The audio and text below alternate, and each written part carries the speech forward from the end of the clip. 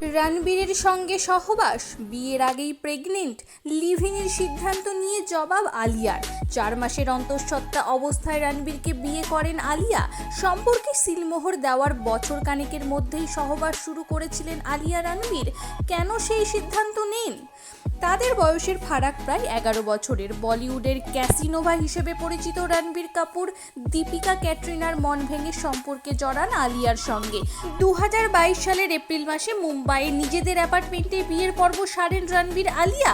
আর এই ঘোষণার 4 মাস পর ভূমিষ্ঠ হয় রণবীর আলিয়ার সন্তান। বিয়ের 6 মাস পর মা হন নায়িকা, অর্থাৎ আগে থেকেই অন্তঃসত্ত্বা ছিলেন তিনি। সেই নিয়ে কম কটাক্ষের মুখে পড়তে হয়নি তাকে।